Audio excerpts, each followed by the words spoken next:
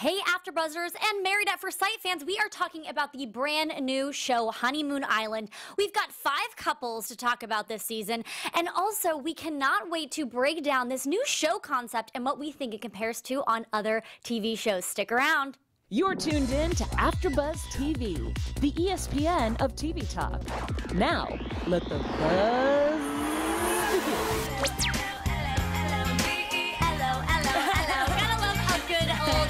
Simpson throwback. I know. What's going on, Renee? It has been forever since we posted together, and that makes me sad but also happy to be here with you tonight. I know, I'm so excited. The last show we did together was younger. I know, which, oh my gosh, that's a conversation for a different podcast. Yeah. But hey guys, we are talking about Married at First Sight Honeymoon Island, and this is a brand new show based off of the Married at First Sight franchise. Yeah.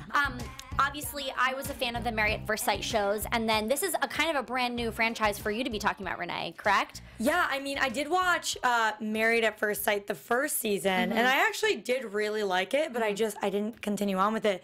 This, however, is a lot more my cup of tea. Yeah, definitely. I cannot wait to break it down. Before we do, I'm your host, Nasta, and to my left is Renee. Hey guys, what's up? So let's just jump right into overall thoughts of this show and the concept.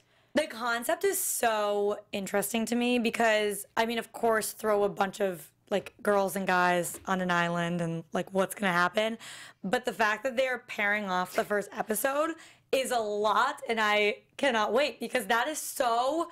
That's like where drama is born. Like getting into a relationship too soon and then being surrounded by hot other singles. It's 100% true.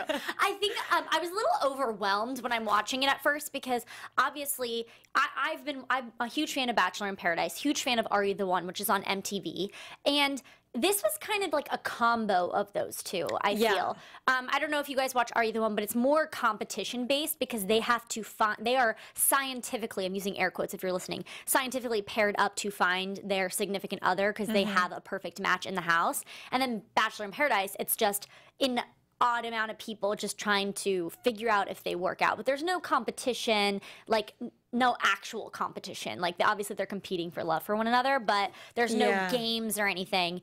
And I found it interesting because this show didn't necessarily have games, but they have prompted events that they went to, like the pirate ship and things to kind of force them to mingle. Yeah. But yeah, I found it a little overwhelming because here you are throwing 16 people and they're told that they just have to meet the first person that they have initial chemistry with. That's so much pressure. Do you agree with that concept? Because what they were mentioning is how on Married at First Sight, a lot of the couples, they lacked the chemistry. And so they're saying that this initial chemistry might help keep them together in the long run. Do you agree with this? No, because I think you can, I mean, this is a TV show, so Right. I think this will make for amazing television. But as for like long-lasting relationships, no, because you can have initially great chemistry with someone, but that does not mean you're compatible amongst so many other things. Like there are so many other aspects to a relationship over initial chemistry. And they are setting us up for a shit show. Yeah. Like I mean, even the fact, and I know we'll get into it, but there's like certain couples that were initially interested in other people, and like the fact they're gonna be around those other people throughout the show. So much drama, and I'm here for it. I'm so ready to see how it plays out. I kind of wish, because this is a 3-week journey, as they mentioned, I kind of wish that we would have had maybe a couple more days to kind of see them figure it out. Yeah. Because they had almost less than 24 hours to kind of figure out who they wanted to be with. But I think that makes it so much more dramatic because there's going to be someone, mark my words, that regrets their decision. Right. And then once that happens, also, let's just talk about, these are people that have been through a lot. They've given up on love, and they're like, I'm going to look for it on TV, as one does. So we tend to, being in that state, we like emotional unavailability.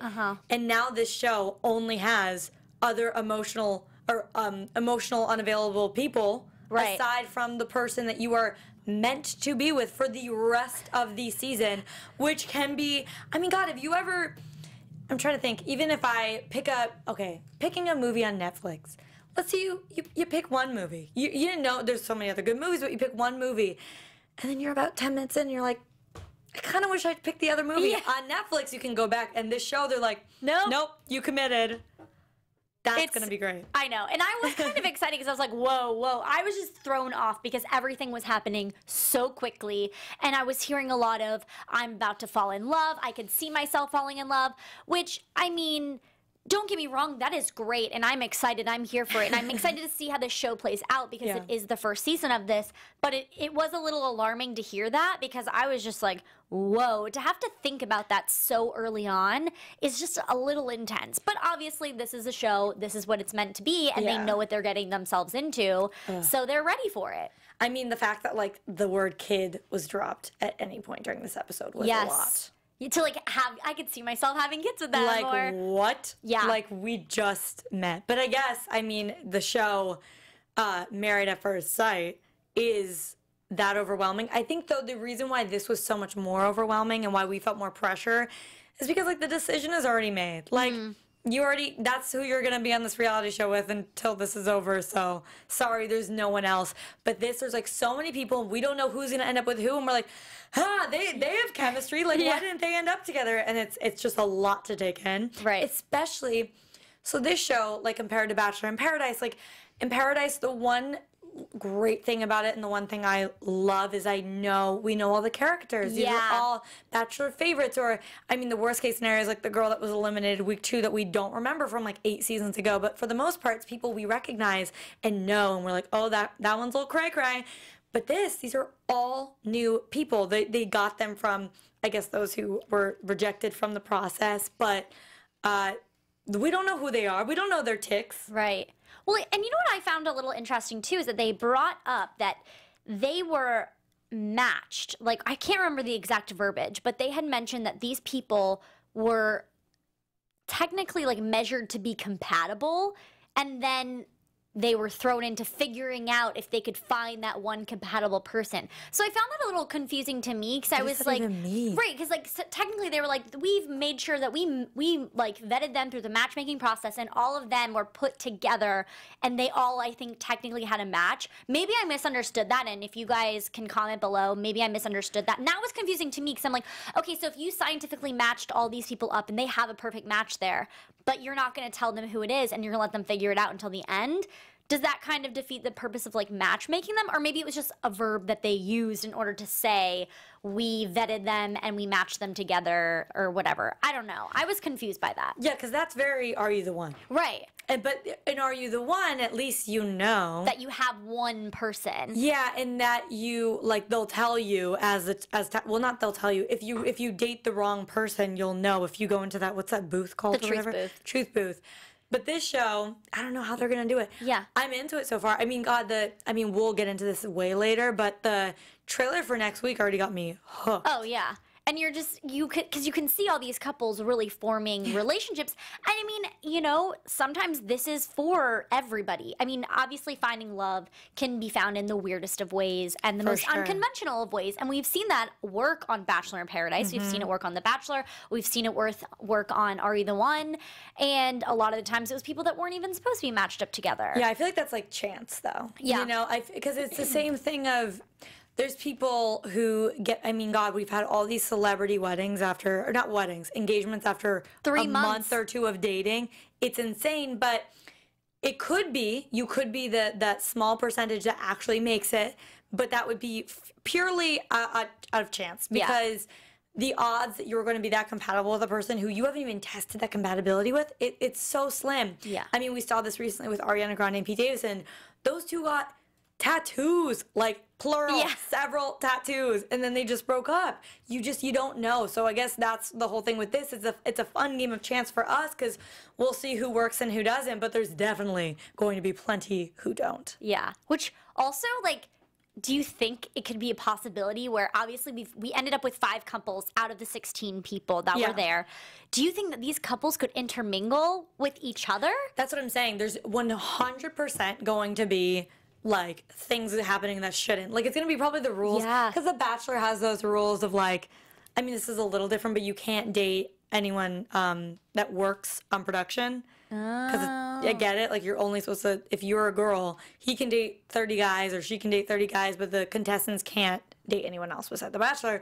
Yeah. So I would assume in this case, they're going to treat it as though that's like cheating. Like, okay. And even though I guess it No, but is. I don't know, because I guess the concept of the show is interesting, though, because technically they have a decision process, which we'll talk about the decision process and that at the in a second, but they technically every week I think Pick a could new change one? it. No, I don't think they do, but I think they have the possibility to switch it. So that is Bachelor in Paradise then, pretty much. Because in Bachelor in Paradise, You pick people, you and pick then people, and so girls have the rose one week, the guys have the rose the next week, and then you're coupled up, and you can change who you're coupled up with, but new people are added. That's like the kind of the difference. Right. Well, I think that that's what could make this interesting, because it's only 3 weeks, and I think that every week, say you have each couple keeps leaving, then it kind of makes for not as much content. So I can't imagine they wouldn't be able to intermingle. So that'll be really interesting to see if that pans out. Yeah, I'm very curious about that. Yeah, which,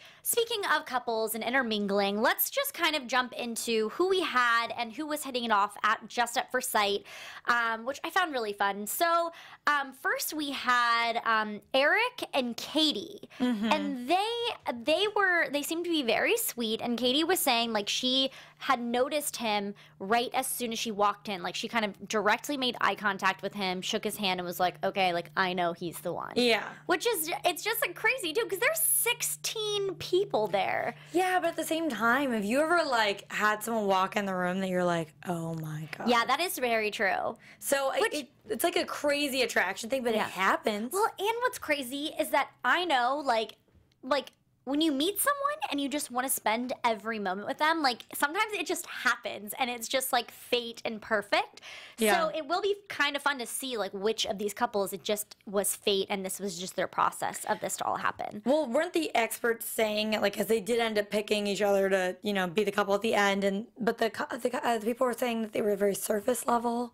And that they were worried about them. But, like, honestly, yeah, they're surface level because they met 2 minutes ago. That was something that I was having trouble with, was that, like, the experts sometimes tend to project things, and I know it's just commentary for the show. Oh, for but sure. But as an audience member, you're like, wait, but like you shouldn't project that just yet. Like, give them a chance. Like, they had to find the person that they wanted to be with in just less than 24 hours. Like, that's a lot. Yeah.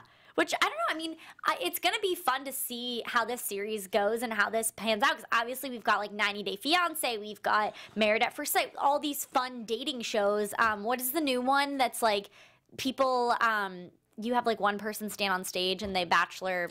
Oh, my God, The Proposal. Yes, The Proposal. So, I mean, hey, it's worked for some people. That's crazy to me. Oh, by the way, the funniest thing, if you look up The Proposal, the show of, like, what happens to all the couples after, like 99.9% of them are already broken up. And that show was not filmed that long ago. Because you can't meet your fiance like that. Well, that was based on just, like, looks and what they were saying and, like, pageant. basic questions. Yeah. It's ridiculous. I mean, this, though, we're putting on our best front for, what, 24, not even 24 hours. Like, it's it's a little more intimate-ish, but it's the same surface level stuff.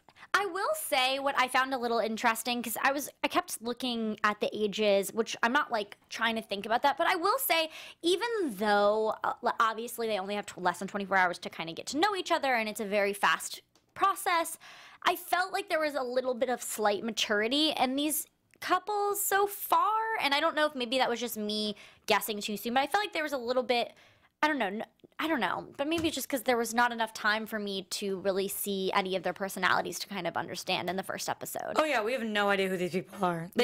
A few of them are probably psychos. Every dating show casts a few psychos. That's true.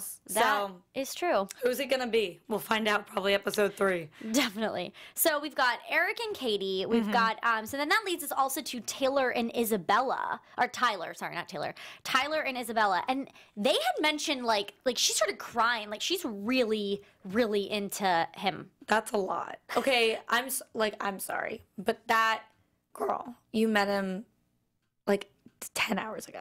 Yeah. You know what I like? Yeah. That to me, that was a little. But I will flaggy. say, I think what she mentioned too is that she was overwhelmed. Like she was like, "Sorry, this is just so overwhelming," which I can understand. I'm sure it's overwhelming. Yeah. I feel you on that. I just think that whole, I don't know, because nothing prompted her to cry. Like, that's where I was confused. Right. No one said something that implied something that would make her cry. I was very confused. Yeah. I get it. It's overwhelming. I mean, the girl probably didn't sleep, you know? Yeah. So. Well, and I just keep going back to the whole thinking about Bachelor in Paradise thing and what you just mentioned about them knowing each other already, kind of. Because a lot of them walk into Paradise knowing who they want to, like, meet and befriend or get to be their boyfriend or girlfriend before they even go on the show. And so these people have no idea. There's only a couple of people that were, like, from Married at First Sight, Second Chances, and Married at First Sight. Like, not all of these people are from the shows. Yeah. And so, I don't know.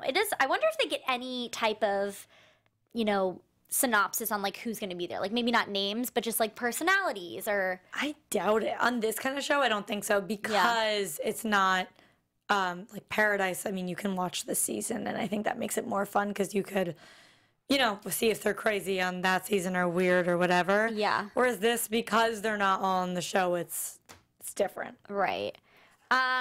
Okay, so we've got Eric and Katie, Tyler and Isabella, and then we've got Jonah and Brandon. And Brandon almost like stood him up. That was so produced, I feel like. Yeah.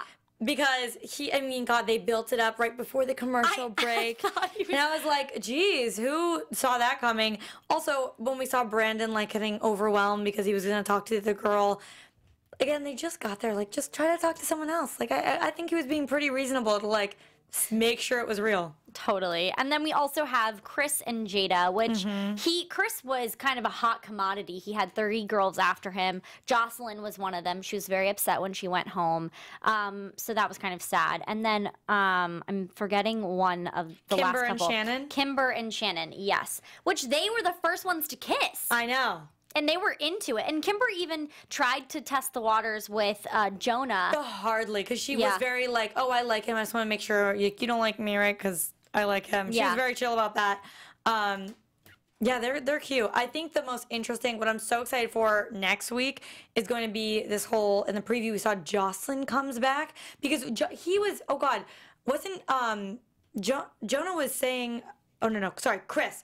There's so many names, you guys. It's going to be so hard. It'll be easier once we get to like the second and third and fourth episodes because there's only 5 couples now. Yeah, which we started off with 6 people. I had to like write all their names down, their ages. Because we don't know what they look like. It's hard to remember who's who. Yeah. But so Jocelyn goes home without Chris, but she apparently comes back because Chris was saying he had more chemistry with her. Did you see this in the trailer? I was like, what's happening? Which he also had mentioned, like he said, I think that Jada's very interesting, but I was initially attracted and had chemistry with Jocelyn. So that makes me so confused because why did he pick Jada over Jocelyn? I don't know. Because even next week it seems as though he not regrets his decision, but that he should have picked her. I don't know. I don't know. I mean, hey, yeah, it'll be interesting to see how they kind of work with that. And if Jocelyn's going to come back or other people going to come back, I don't know. Oh my, we don't know the rules of the show yet. We don't know the rules of the show. This has actually been a short one for us. We appreciate you guys tuning in. And really quick, I just want to let you guys know that we do have so many other AfterBuzz shows that, of course, like other dating ones, like Are You the One and Bachelor in Paradise, which our lovely Renee is on. Our network produces after shows for nearly all of your favorite TV shows, from dramas, reality TV, sci-fi, and more. There is no network that works harder to serve television fans. But we need your help. We're asking that you please subscribe to one or more of our YouTube channels. By subscribing to our channel, YouTube will suggest content that's tailor-made for you, and you'll help AfterBuzz continue to grow. And if you're worried about those pesky notifications, don't be, because they are optional. So hit subscribe right now on this channel and check out our other AfterBuzz YouTube channels as well. And also, if you're on the podcast, be sure to subscribe, rate, comment, let us know what you're thinking. And we will definitely thank you on air. For now, thanks for being the best fans of TV, for helping us be the ESPN of TV Talk, and we appreciate you guys so much. Really quick, what are your hopes for the season? I hope I see so much drama. I want to see the heartbreak. I want to see love. I want to see at least one couple work out. I agree. I 100% think that at least one couple will walk away, and Who do you my think it'll money be? is on Tyler and Isabella. Ooh. I do see some crazy connection between them, and I think it's gonna work. I think it's going to be Kimber and Shannon. Ooh, interesting. Well, we want to know your guys' thoughts. Please let us know in the comments below and hit us up on social media. Let us know what you guys are thinking about this show in general and who you think is going to make it out. Renee, where can they find you on social media? You guys can follow me at Renee Ariel on Instagram and on Twitter, and check out my blog and podcast, sextingandthecity.com.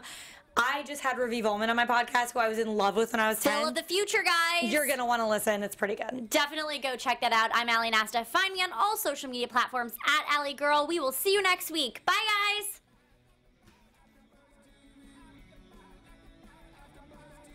Our founder, Kevin Undergaro, Phil Svitek, and me, Maria Menounos, would like to thank you for tuning in to AfterBuzz TV.